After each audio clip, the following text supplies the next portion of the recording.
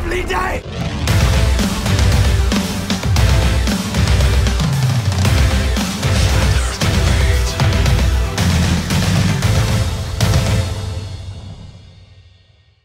Welcome to Flat Earth Debate Live. I'm your host, Nathan Oakley, and if you are new to this channel, or you've not done so already, be sure to subscribe and hit the bell notification icon to keep up to date with the Flat Earth Debate. If you would like to support this channel, there is a super chat. Shout out to Colin Turner for smashing that already while the intro's going. Massive shout out to you. There's also a PayPal, Patreon and crypto link in the info box below the video. If you'd like to keep up to date with the community debate, then go to nathanoakley.com and check out the Flat Earth Debate Forum.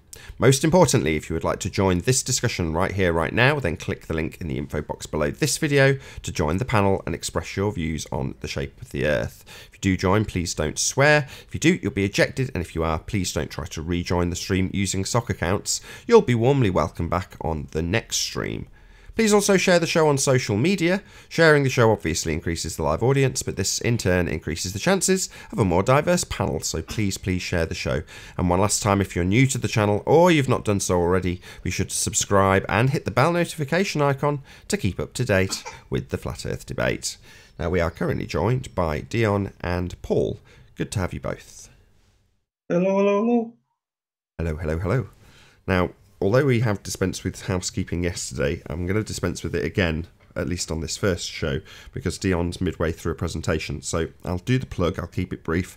If you want to catch the first part of this presentation, you need to tune into Nathan Oakley channel, and this will go out after the second show has finished. So to save Dion going through it all again for the live audience, this will go out as soon as the second show finishes, but on Nathan Oakley channel as part of the pre-show. So I don't know if you want to carry on where you left off, Dion.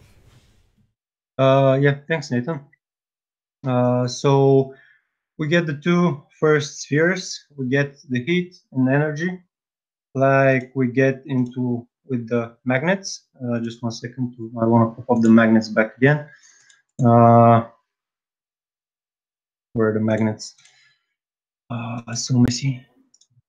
Yeah, the magnets. So the plane that's in north and north actually attracting each other. So back to the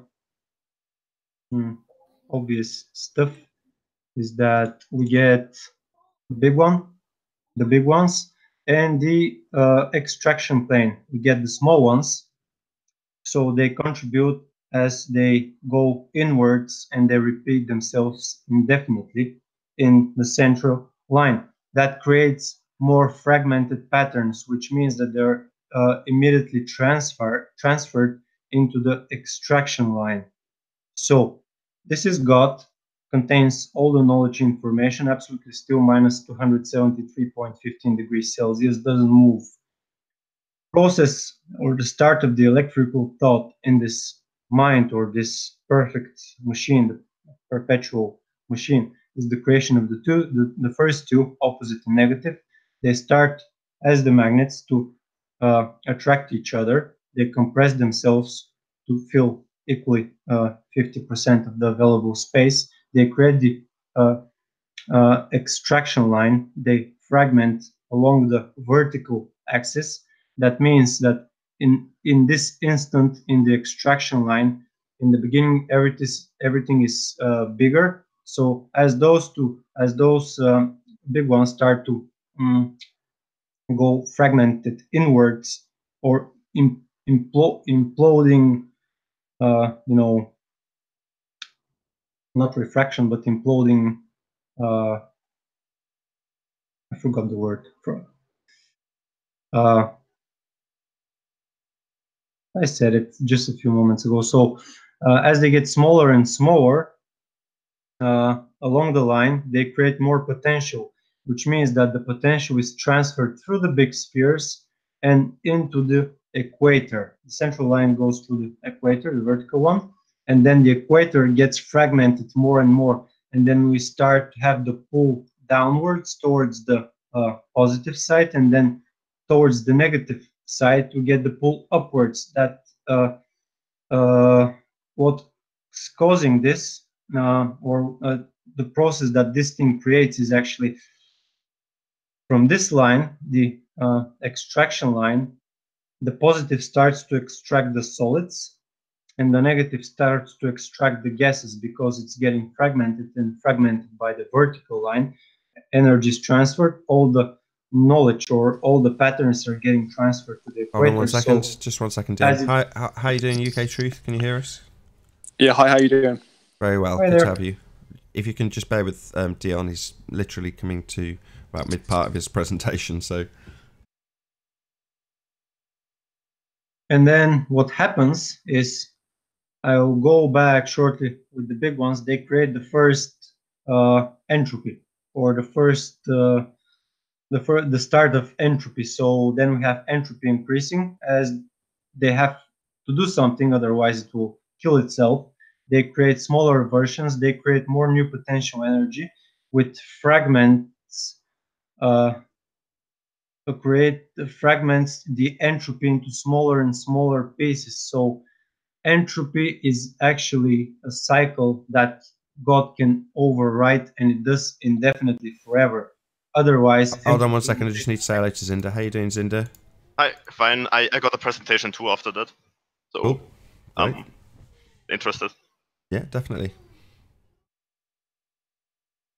And because the first appearance of entropy will increase, it's fragmented, then it's transferred to the equator line. All the knowledge and the fragments and the geometrical patterns that occurred from here are transferred in this line.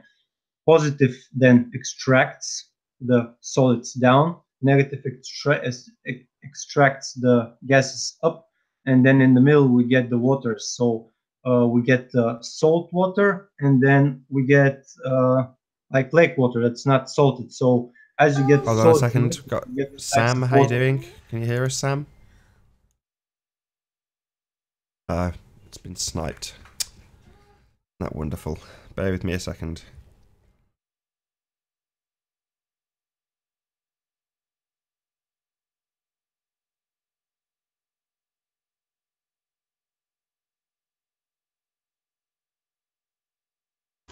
Welcome back. You've been sniped. You've been sniped out of the Hangout, unfortunately, so I've got you back on Skype. If you can present your screen, I'll stick it up for the audience. How is this happening through Skype? You just press on the plus, I think you've got at the bottom somewhere. Screen yeah. share. Start recording? No, screen sharing. Ooh. It's not showing screen sharing. Turn off incoming video, turn subtitle on, start recording, video call. All right, where is it? The other, no, it's not here. Enter full screen, window, plus, no, that's for adding people. Bear with me. Oh. No, that's just open up my menu. Show reactions, take snapshot. Screen share. Oh, Jesus Christ. Am I sharing now? Not yet, but it takes a couple of moments. Takes a few moments, you said. Oh, maybe yeah. There we go. So is it done? Yeah, it took a snapshot. Jesus Christ. Yeah, so we have entropy in the beginning, and God's way to avoid entropy or to override it, because he's the only one who can do it, it's creating smaller versions which create solid matter, and then it goes to gases on top, negative and positive on the bottom. Then in the middle we get fresh and salt water. Again, it's can refer to as positive and negative. So this way, entropy gets fragmented as matter gets fragmented, gets more and more condensed, or the geometrical implosion continues. And this is a process that will continue indefinitely forever. So let's say for forever. What?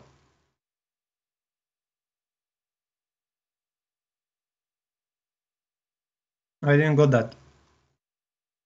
Yeah, that's troll attack. I got the back panel.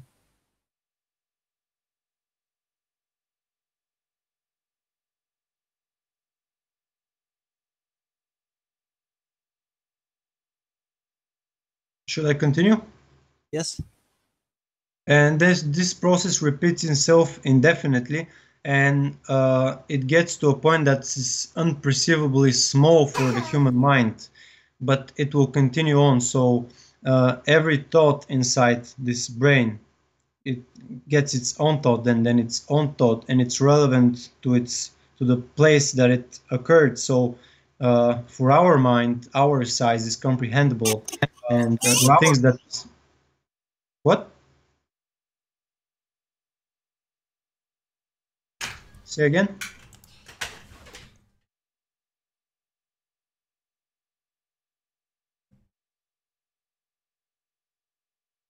Hello? Do you hear me? Just ignore the background noise. Ah, all right. I'm sorry. Didn't got that. And oops, I lost my picture.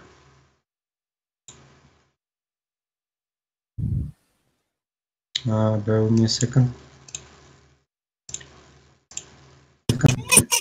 And then it continues indefinitely. So actually, you can see the centrifugal and centripetal forces, which I'm going to show now that I have been taken out of Walter Russell's illustration. So this is actually what's happening. Ones are unwinding and the other ones are inwinding. So this is a process that if you put them in a straight line next to each other, then they will show you a continuous wave. So you can see the bluish part here. So this one is unwinding and this one is inwinding, and then it continues on and on and on. And then this is actually what gives you a wave. And when you turn a wave 360 degrees, you know that you get a 3D shape that kind of has this form, but then it's spherical, so it's all the sides. And then this is why science have this misunderstanding, because they cut the wave in half, they look at it from the side, they see only this part, and then what they see is if you cut it in front, they can see only a point going upwards and downwards, and it reaches its peak and it reaches its bottom. So what occurs is that they're saying that an electron can be, or a photon, or all sorts of the other garbage crap that they're throwing us can be simultaneously at two places. It's not. It's actually what you see is this. This is actually what you see, and this is don't mind the cosmic stuff that's written in it. So this is actually the same thing, but then this shape is the cone that's inwinding. This is the unwinding. So it actually, during this process, this is the way it creates the different elements in the periodic table. So it's, let's say it's one element, but this one element has a version of himself with 90 plus different qualities. So we think that we have stuff like matter and different types of elements. It's just one element that has 93 different qualities and exists in 93 different variations of himself. So this is where we get all the colors, all the octaves with sound, and they all correlate to a certain element or a certain pitch of sound. And then we get to the interesting thing where we see this in nature. Well, we actually see this everywhere. And this morning when I woke up, it's actually, you can see a lens flare is actually representation of God's creation. And the reason God never builds in straight lines, and he never shows this in nature, because God is actually the straight line that keeps all the motion around it. This is why we'll never see a straight line in nature. And then what we get is this. You can see here, lens flare is the same thing as Walter Russell is showing in his illustrations. This thing as well. Going to this thing. So in some cases we see the ball like the sun. When we look at the sky, we see the lens flares coming towards us, but then we see another one going backwards. And this should ring the huge bell of how right Walter Russell is about explaining this very simple and only process of nature of creating itself, imploding inwards, creating itself indefinitely, and thus being able to override or go around the first law that it creates, and this is the law of thermodynamics. Well, it creates all the laws simultaneously, but then this is the method that this thing can be continued indefinitely with implosion, and that's why all the scientists like Victor Schauberger, who created implosion engines and implosion motion of matter, generate 10 times more power than every explosion. That's why vacuum is so powerful, because where you have absence, this pulls towards itself something to fill it, and then this creates power, compression, and the voidness is actually the stillness and absolute perfect condition of God. That's why we have the barrier, we have the dome on top of us, because we're enclosed inside God's thinking might, and actually we're inside an idea that God dramatically increases the scale of inwards by copying it indefinitely and getting it exponentially smaller and smaller until it gets diffracted or being attacked by created in trolls here. a Can we have such two a more small panel scale members that- to fill up against the troll, so we don't? Yeah, so Dejan doesn't get interrupted all the time. Can we have two more panel members? Carry on, Dion. Please. Well, basically that, let's say, somehow concludes my explanation, because then if I have to start and go into the other details, is getting really complex. But then the thing that I want to bring out, or the thing that's the biggest thing about it, is that this God is actually very easy provable in laboratory methods.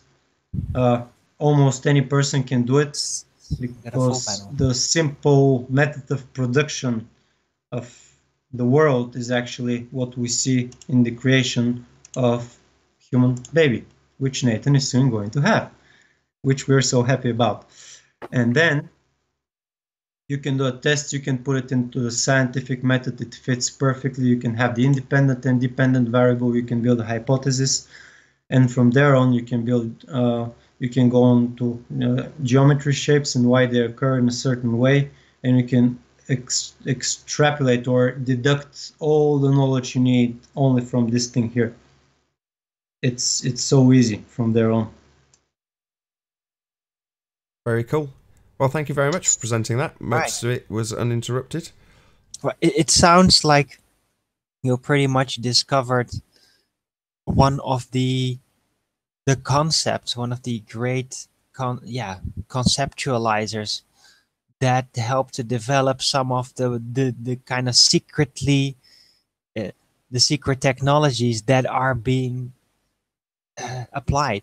Like this theory is probably the origin of the hyper modern jumbo jet engines that use vacuum to kind of levitate and without barely any fuel propel large airplanes. It probably came from this concept. So I'm just going to make some introductions because we've got quite a few panel members. So I'll just work my way down the list. I've already said hello to you, my bad. So we've got Paul Hall, UK Truth 2222, Cinder, Age, Arwin, Oliver, Flatten Earth, Eben, Chris, and Zach, otherwise known as Good Times for All. So welcome all of you. Good afternoon. Hello, everyone. Hello, How do you all? And if I can just introduce one more thought, because they knew all along what God is, and it was all in front of our eyes, and all the mechanism of creation of the world is been in front of us. And what they actually done is they know everything gets created inwards, and that's why they came up with the Big Bang, because they want to push us in the exact opposite direction of thinking. And that's why we were circle jerking ourselves all along, because we've obtained their way of thinking and we're looking for stuff outside, and it's not outside, it's only possible for it to be inside. an idea is only contained in the mind that it created it. Awesome. So there's quite a few people on the panel who've got a few things to say about what you've presented, Dion, but thank you very much for presenting it. Oh, Yeah. You're welcome. We are all in the image of the creator, quite literally. And I've actually thought that maybe part of the density issue could be related to what you were just describing, somehow magnetic or polaric kind of environment that's causing it. So that's what I thought, but it seemed like that would account for it at some level. Yep. Paul, that was Paul, right? Yes, it was me. Yeah, I have my audio a bit low, so it was difficult. Paul, if you go and look at the 4 videos that I've sent to Arwen, or with the Walter Russell explaining this, or the guy that's reading the book by Walter Russell, it will become very clear, because it's a bit difficult in the beginning, because it's a lot of knowledge and the guy reads super fast, and then you have to pause and go back again. But then as your brain starts to to distinguish the different parts and what he's saying, and then it becomes really simple, because actually the process is really simple, but getting into it, and the 5 stages, the denial and all the stuff that I went through for that period, it was crazy. But then when you start realizing what's happening, it's just insane. But if you take a look at this, it will bring so much knowledge. Actually won't leave a question unanswered. It will be mind-blowing for you. I just want to do a quick shout out to the Awaken Narrative for the super chat. Thank you very much indeed. Is there anybody else who's got any questions for Dion? If not, we'll move on to Cinder, who's also got a presentation to do. I know he's a bit pushed for time. I got one question. How did you stumble onto this? With a helium balloon. So the thing that was posted by Walter Russell, I started all my conspiracy theory research and all crazy alien space bullshit stuff back in 2010. And in 2011, I watched these videos with Walter Russell's book. And then I haven't seen it for years and years and years. And the other day when I was observing the helium balloon, and I saw this strange peaking of the barometric feet, and then I went and I discovered the ozone layer.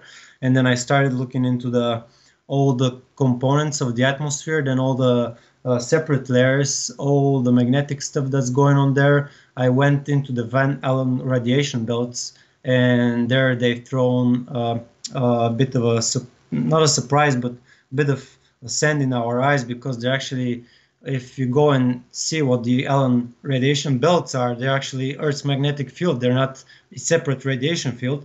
It's the Earth magnetic field, or the part of it that encapsulates sunlight and it holds it there. So it's a radioactive field, but it's not a separate field. It's actually Earth's magnetic field. And from there on, I went into magnets. Then I saw that actually 2 magnets create a straight line, north and north, next to each other. They create a straight line in the middle, which got me curious. Then I went to those crazy CERN guys' experiments with 2 magnets in a vacuum.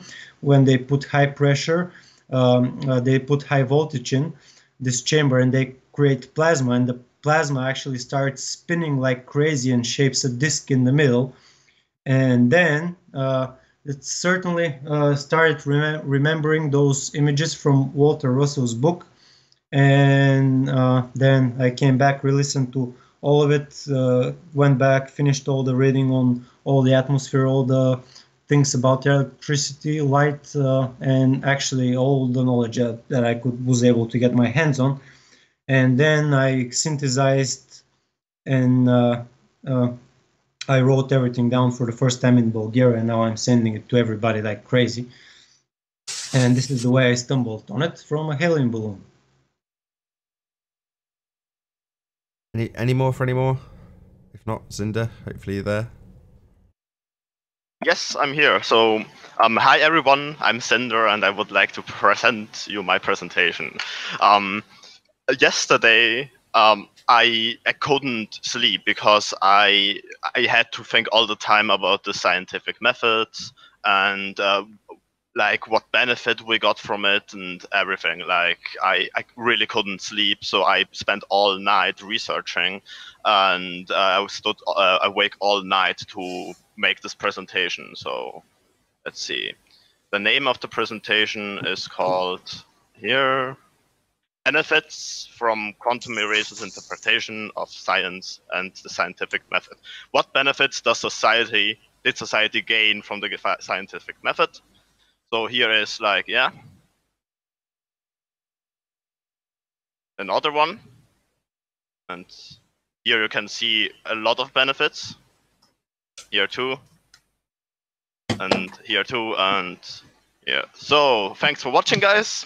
Contact me on cinderage@gmail.com to support me in the future for future presentations. I will come back as soon as I will find some benefits for the scientific method to the society. Okay. Sorry, you don't think there's any benefit to using the scientific method?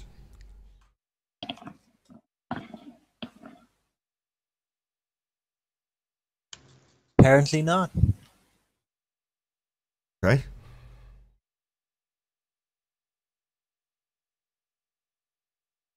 I'd say Well, very it's good. That was deeply bottom amusing. line Laughs foundation. were had by all.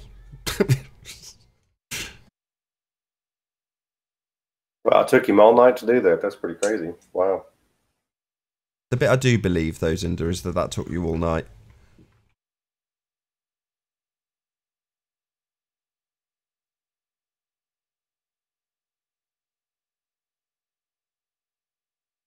I can't believe he laid up. He was kept up late at night for all that.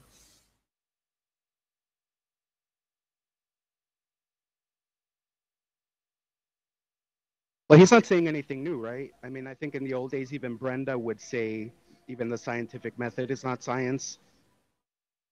Can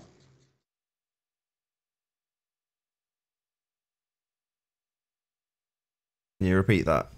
Flat on Earth. I don't think he's saying anything new. I think even in the old days, people like Brenda von Azen or whatever her name is would say that even the scientific method is not science. Okay. That's great. Or retarded. Yeah. You can say what you like, can't you? I mean, I think the scientific method is what's brought us our technology.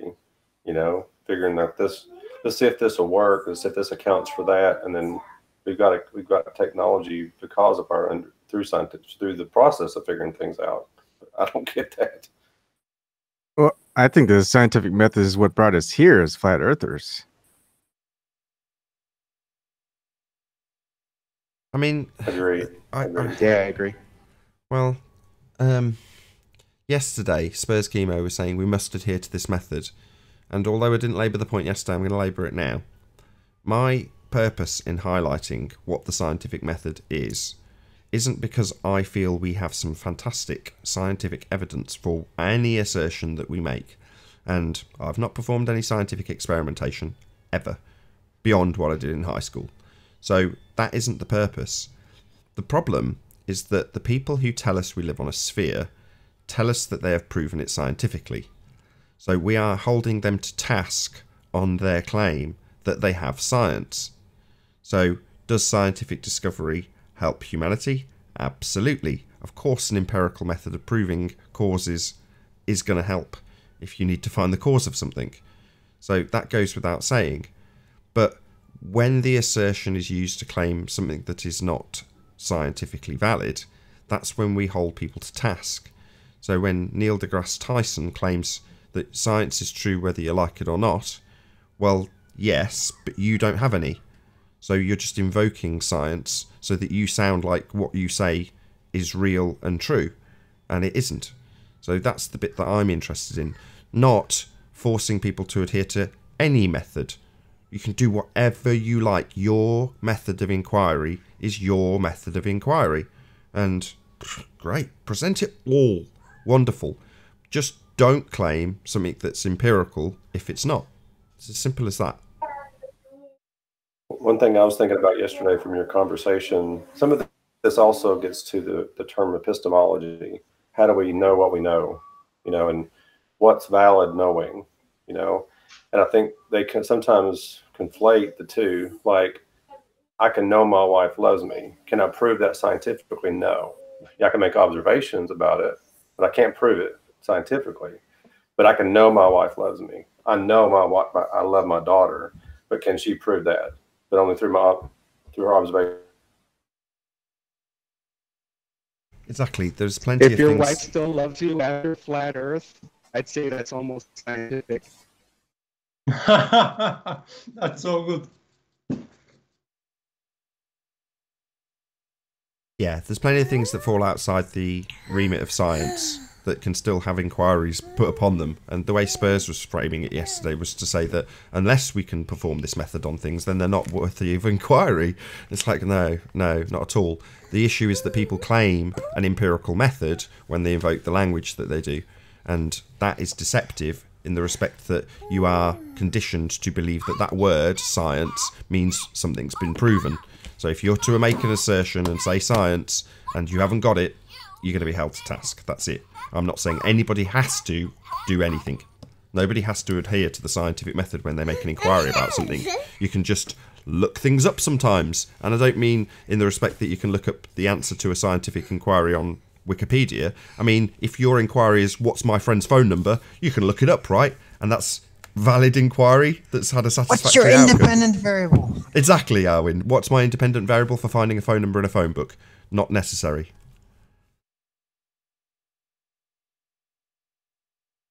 One of the beauties of the scientific method is that Independent variable anyone can. could be either the phone book or the phone dial buttons.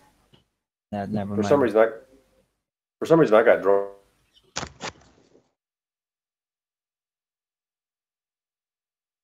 I was just going to say the beauty of the scientific method is anyone can apply it.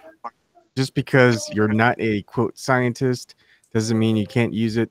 It's not like a religion where only a certain clergy member can sprout whatever that they want to preach.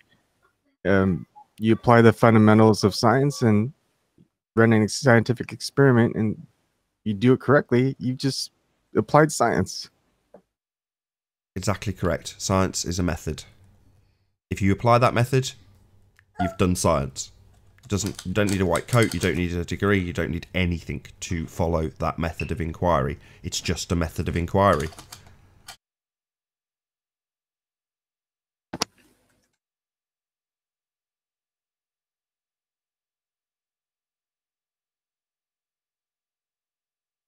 Nathan, will it be, let's say, feasible to say that if you have a female egg and then you have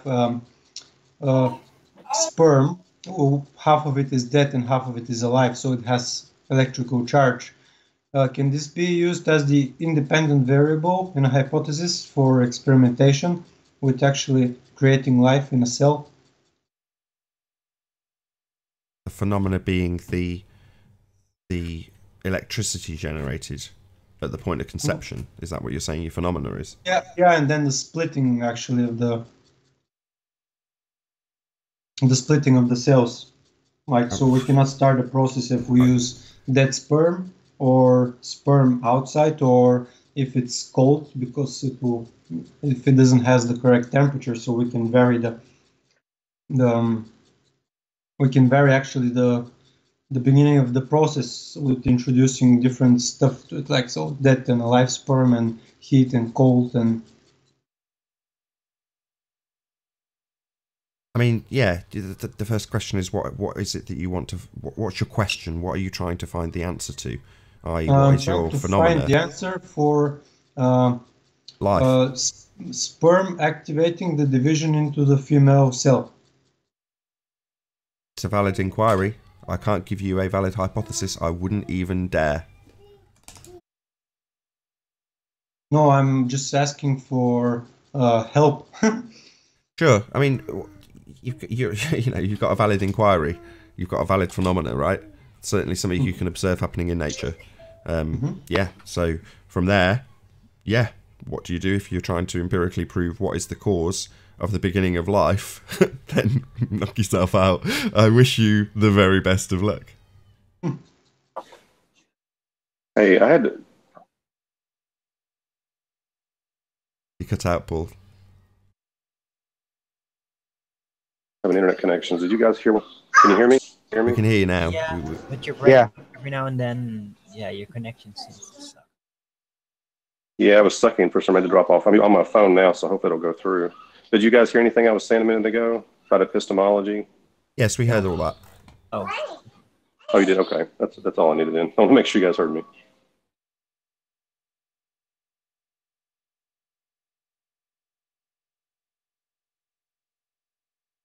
Yeah, amazing. We've gone from, you know, pointing out where things aren't scientific to some of the most deep questions you can ask. So wonderful. That's what it's all about, really. Two opposing sides, and between them, there's the truth gets born.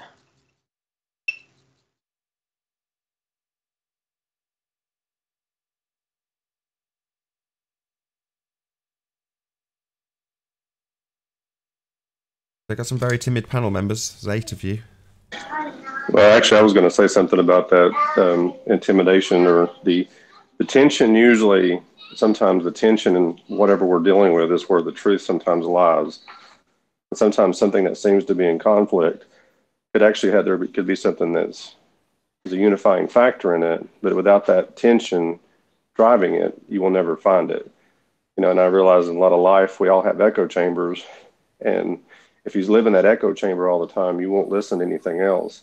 That other person, that other voice that you allow in that might counteract something, might bring you to something that you didn't realize before. So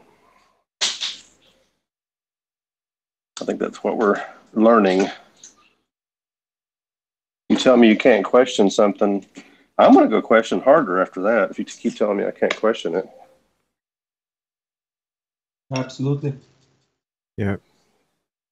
I've got a little bit of trivia for you guys, or probably Go some ahead. questions.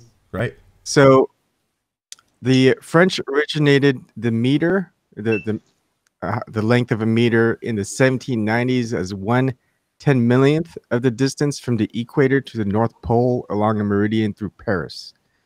Now, how did they know where the North Pole was when, if you look up the conquest of the North Pole, it was first credited to being reached by U.S. Navy engineer Robert Peary in April 6, 1909. So how did the French come up with 1/10,000,000th of the distance from the equator to the North Pole? I have the answer. Like Sure. Cavendish, 1/50,000,000th of the weight. Say that again, Dion. It's like Cavendish, 1/50,000,000th of the weight. It's probably utter bullshit that they've came up with. Oh, I see. You're saying, I see. Yeah, you're saying it's nonsense. Yeah.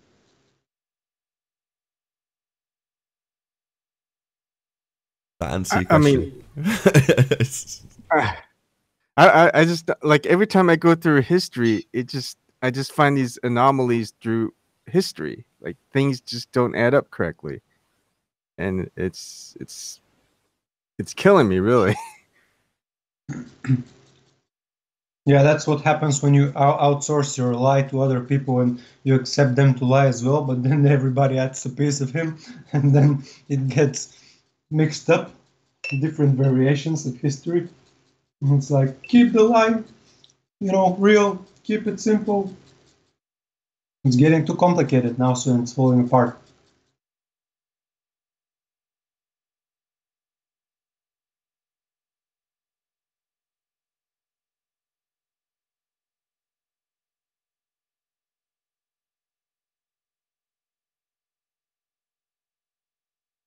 On this quiet, might do some shout outs.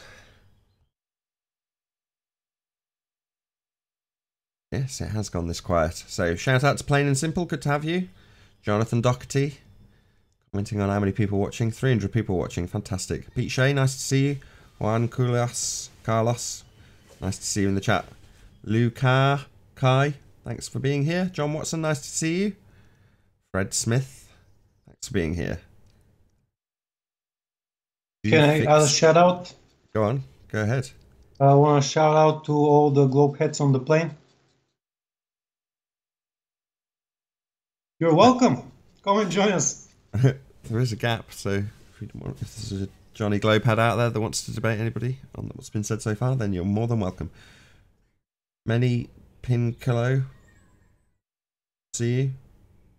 Michael Jordan, hello. Negator XX, thanks for being here. Shatner's Bassoon, nice to see you as well. Jonathan Doherty, Doherty, good to see you. Magic, hello. Chocolate saying you're on the panel. Chocolate still on the panel? No, he's not on the panel anymore. I just ate him again. Just ate him? Yeah, every time on the show I eat chocolate. That could be taken many ways. Jack, Principal, nice to see you. Michael Jordan again. Jose JG Gonzalez, nice to see you. Slick James Johnson's in. He made a good video that you aired yesterday. Oh, Slick James Johnson. Yes, indeed, he did. He gave a bit of clarity to one of the points because I said I didn't agree with him. Because he'd said something, words to the effect of the Globebusters and FE core team have become globe people. And I was like, no, they haven't become globe people. And he qualified what he actually meant, which was to say that they're applying the same tactics. In other words, they're where I would say they're no better than. That's what he meant. So, yeah. You know, that brings up a question I was thinking of that we can discuss as on the panel. And I mean, I like asking questions. Sometimes I don't have the answer, but I just like to ask the question. I'll admit that right off the bat. Maybe, we've been talking about measurements a lot. Like the ruler's been brought up, voltmeter's been brought up, even the gyroscope's been brought up, and maybe discuss, measurement devices and the scientific method. And do they validate, they invalidate, are they useful, or are they or not useful? Because that would also be a way to kind of try to help clarify some of the mud that's out there. Can I have a go unless someone else wants to? So if I replace any of the list you've just given with thermometer, so you've got a device, a man-made device that has something going on with it. Yeah, the mercury goes up and down. Well, I was discussing this a couple of days ago with John, and I said it's akin when you've got something that you don't have the full knowledge of what's occurring, which is the case with the gyroscopes. It's akin to you being in a sealed, air-conditioned room, looking out a window at a thermometer on a post, and you watch the mercury through the window going up and down. Well, is that a phenomena? No. You don't have the information in its entirety to know what is causing the thermometer to go up and down. Well, were you to go outside, you'd discover that there's a real phenomena occurring. The temperature's changing. Well, you might be able to establish the cause of that effect, but the thermometer, a measuring device for temperature, is not the phenomena itself. Make sense? Yes.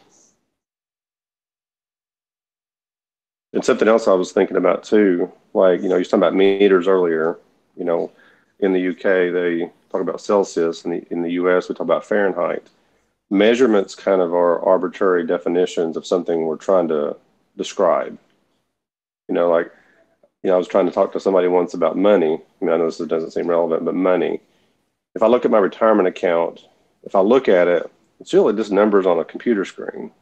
The essence of it is just computer, but in money is just pieces of paper that have value to it. And we determine the value. And I think like Fahrenheit and Celsius is something we are arbitrarily applying something to something that we're trying to determine what it is, or trying to measure something. Does that make sense? Yeah, it's a quantification, right? Yep. Right. It's the same as when Anthony's got the density gradient, and he says, we're going to call this point here 0. And anything below it's -1, -2, -3. Anything above is 1, 2, 3. So yeah, you've arbitrarily decided that at a point it's got a number. And obviously that's easy to qualify with the changes of state in things like water. And then you can assign a value to a particular change of state. Hello. Mine does the same thing. And see, I think that's why, and I don't think Globeheads get this, and sometimes we don't get this. And I think that's, we've got to agree on terms before we can even have a discussion, And if not, I have to constantly translate what you're saying, constantly. I say, well, he's saying this, but he means this, even though that word means this, And I think that's a lot of the confusion I see most of the time across the board. Is that usually where the problem lies? And anyway, I know we've talked about this 100 times. I'm just trying to clarify it in my own mind sometimes when I'm thinking about it. No, it's great. I mean, people believe what they want to believe. Like when I bring up evolution or evolution of sorts, people think that I believe in a Big Bang, which I don't. And I've said that a million times, and people still think I just think in the Big Bang and singularity. So it's like, it's never going to get through to anybody. But see, the next question out of my mouth is not, do you believe this? I say, well, what do you mean by evolution? Because there's multiple terms. I believe in evolution if it's change over time, but not macroevolution from cellular microbes to complex systems. I don't believe in that, but I do believe species can change over time. So I believe in evolution if you define it by change over time.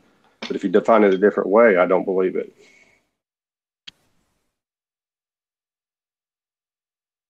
Shout out to Leonardo Gonzalez for the super chat. Really appreciate your support. Thank you very much indeed. Now, when we're talking about measuring devices, a lot of the measuring devices you can kind of figure out nearby. Just like the thermometer example, you just move to another area that has a different variance in temperature, and meters, voltmeters, things you can measure pretty close to vicinity. One thing that always gets me is the compass, because I don't know if someone tried to figure out at the North Pole how to get there and figured it out, or someone just happened to create a compass on accident and saw that it always pointed north. And how did they get to the point where they figured out, oh, it points to the magnetic North Pole?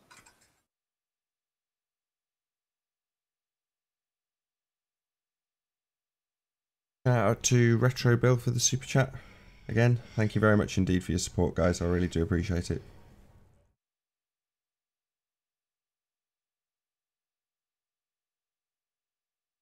I mean, any thoughts on that? Because you can easily look and say, okay, there's Polaris, and the compass points there at night, so it must be pointing towards that location.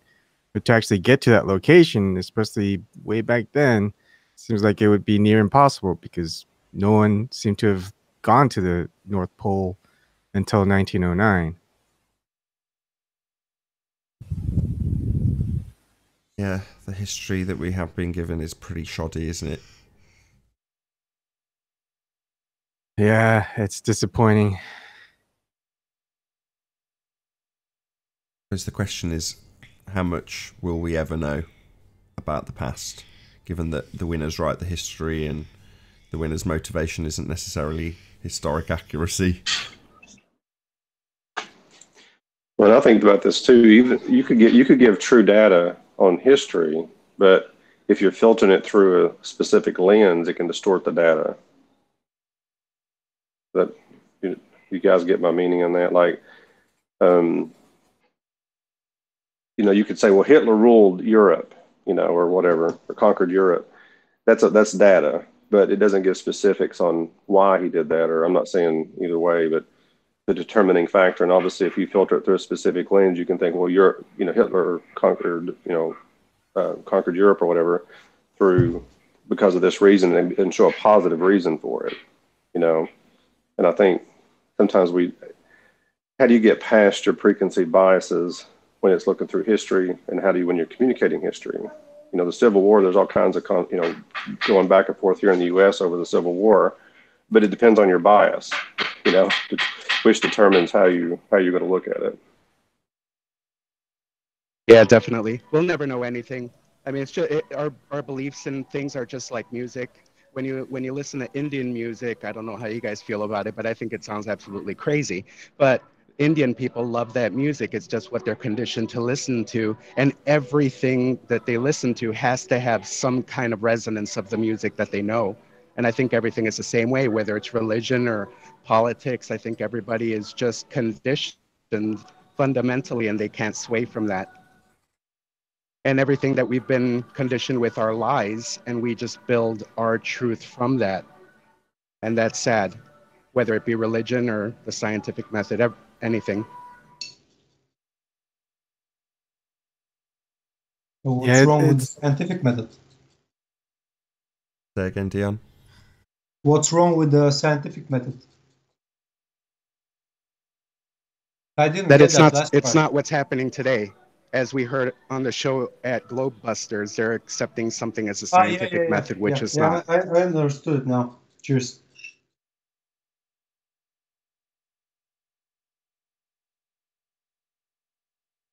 Yeah, one of the things that I talk about to my daughter, she's 5, is she hates pain, she cries a lot, and I tell her pain is sometimes good.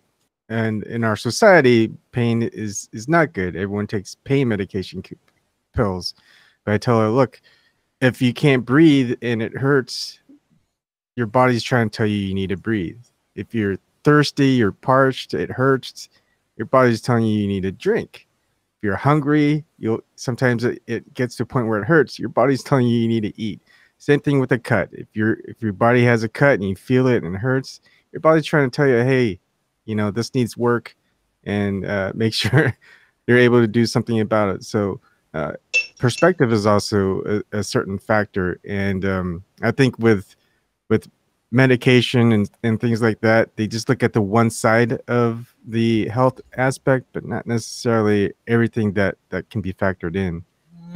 I'd like to respond to that for a moment and say that the allopathic medical way is to deal with the symptoms and then counter those symptoms, while how I interpret the workings of the body and signs of pain rather from another angle.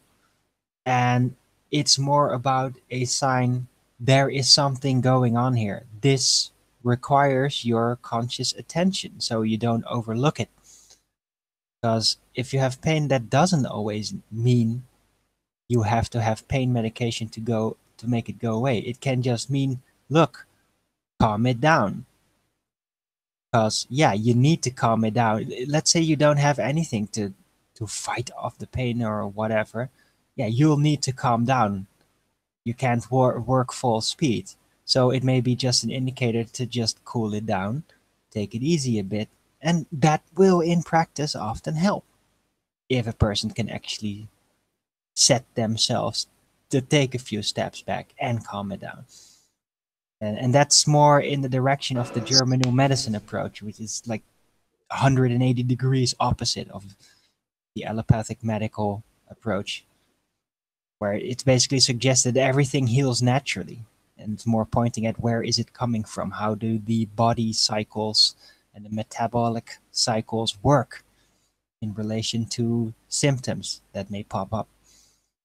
Look into it sometime. So if you're watching this on the Nathan Oakley 1980 live stream, then stay tuned, as there will be another live show to follow. But if you're watching this on Nathan Oakley, then stay tuned as well, because there will be a short after show to follow. If you do need something to keep you occupied in the short break, then go to nathanoakley.com and check out the Flat Earth Debate Community Forum to keep up to date with the community debate. Massive thank you to all who hit the super chat and for tuning in. So massive thank you to all of you in the live audience. I've been Nathan Oakley, and I'll see you all in the next video. Oh, what a day! What a lovely day!